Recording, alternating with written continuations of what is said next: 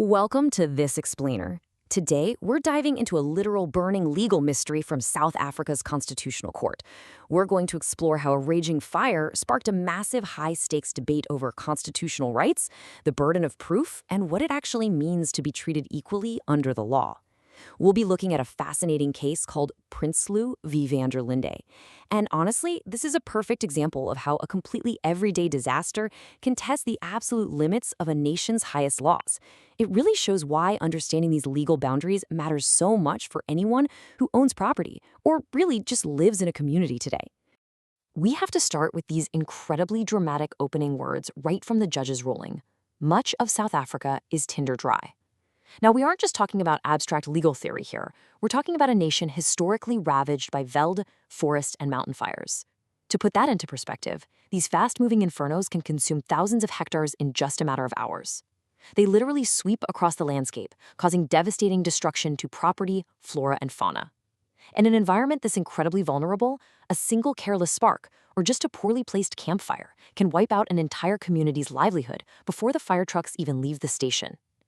Because of this harsh environmental reality, the government knew it couldn't just sit back. It had to step in with hard-hitting legislation, specifically the Forest Act, to try and prevent catastrophic damage. Section 1, the tender dry land. Okay, let's get right into why the government desperately needed a powerful legal tool to fight these uncontrollable fires. To manage this super volatile landscape, the Forest Act divided the country into two distinct areas. Think of it like two completely different worlds. On one side, we have fire control areas. In these specific zones, there are strict compulsory schemes. Landowners have to work together, they have to share information, and they actively maintain fire belts between their properties. It's a total community effort, where everyone knows exactly what everyone else is doing to stay safe. But on the other side, we have non-controlled areas. Here, fire management is completely voluntary. You're largely on your own out there. And more importantly, you are completely in the dark about what precautions your neighbor is or isn't taking. If a fire starts on their land, catches the wind, and rushes toward yours, you have absolutely no idea if they were being careful or completely reckless.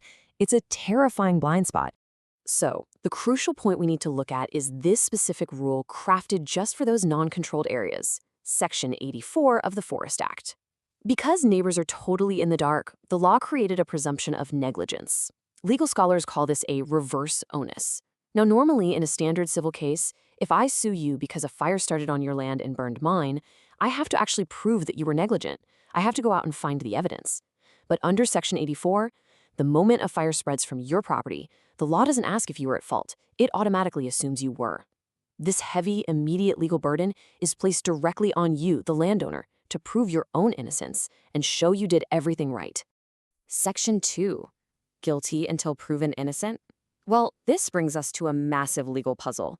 What happens when a farmer gets sued under this exact rule and fights back using the Constitution?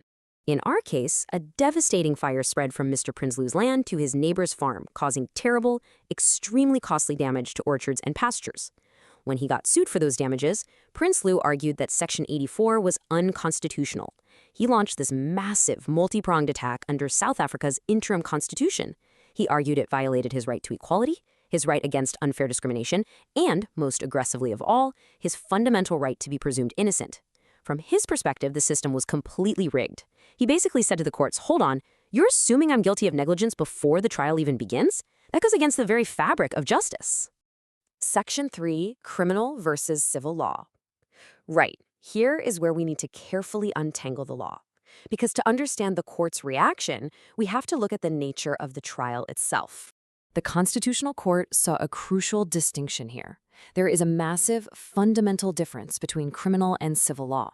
In a criminal trial, it's the incredibly powerful state going after an individual citizen, threatening them with a loss of liberty, right? Like actual prison time. In that scenario, the presumption of innocence is the sacred golden thread protecting the accused from government overreach. It's absolutely fundamental to a free society. But Mr. Prinsloo was fighting a civil claim. This was just citizen versus citizen over financial damages. No one was going to jail. The court ruled that in civil law, the rigid presumption of innocence just doesn't apply in that exact same way.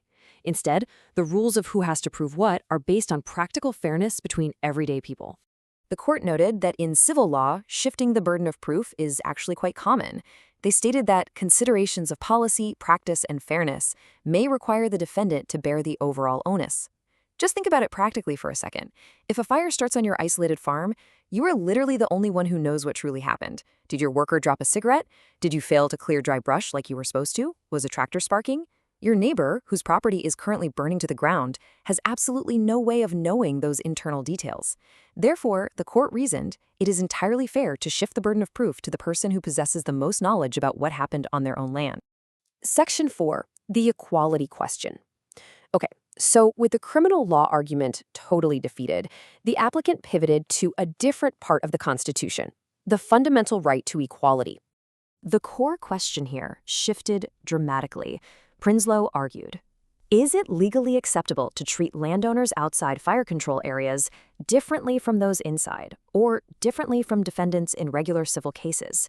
He claimed that by singling him out and slapping him with a reverse burden of proof just because of where he lived and what kind of accident occurred, the law was treating him unequally. He felt he was being targeted by an arbitrary geographic rule that made it significantly harder for him to defend his livelihood in court than a typical citizen. The court took a step back and looked at the very nature of how laws operate. I mean, laws constantly differentiate between categories of people in order to function, right? We have different tax brackets based on income levels. We have age limits for driving or voting. We hold manufacturers of food to completely different regulatory standards than, say, manufacturers of car parts. The court pointed out that if every single instance of differentiation was considered unequal treatment, the government would entirely collapse under the weight of lawsuits. Differentiation is absolutely essential to govern efficiently, so we must distinguish mere differentiation, which is totally normal, from actual harmful, unfair discrimination. Section 5. Defining unfair discrimination. This is where the Constitutional Court broke down the equality test into a really profound philosophical framework. The court established a brilliant, highly logical two-step process to test if a law is constitutional. Step 1, is there a rational relationship? Basically, is the government acting arbitrarily, or is there a logical, sensible reason for this rule? It's the difference between charging a toll on a highway to fund road repairs versus, charging a toll only to people with green eyes. If a law passes that first test of rationality, we move to step 2. Does the differentiation impair fundamental human dignity? This is where the law moves from just being practical to being deeply moral and looking at the real human impact. Grounding their decision in South Africa's specific historical context, the judges elevated this ruling significantly. Remember, this is a country with a deeply inegalitarian past, where the humanity and dignity of the majority were systematically denied by law. The court declared that in this constitutional era, unfair discrimination principally means treating persons differently in a way which impairs their fundamental dignity as human beings. Equality means society absolutely cannot tolerate laws that treat certain people as second-class citizens or demean their inherent worth. It was a hugely powerful statement about what the new constitutional order was designed to protect. Applying this profound test to our farmers' case, the answer became incredibly clear. First, preventing catastrophic fires. That's a highly rational purpose. The government has a massive, undeniable interest in protecting the country's environment and economy from turning to ash.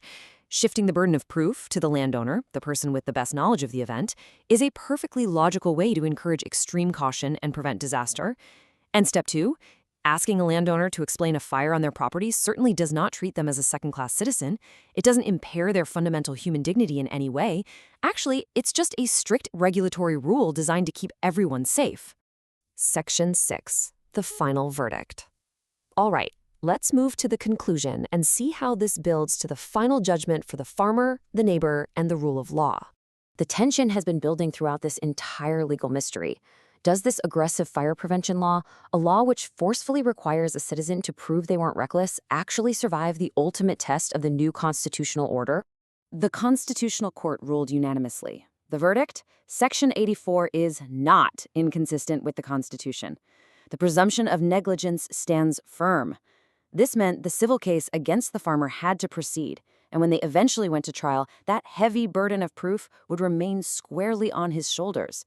He would have to prove to the judge with solid evidence that he took every reasonable step to stop that fire from spreading. As we wrap up this explainer, I really want to leave you with this thought. The Prinsloo case wasn't just about a burning orchard. It was about how a society organizes itself in the face of natural danger. It forces us to ask, When the country is tinder dry and the stakes are survival itself, where exactly should the line be drawn between your personal liberty as a property owner and our shared safety as a community? It is a complex balancing act, and as this case definitively shows, sometimes the law simply expects you to prove you did the right thing.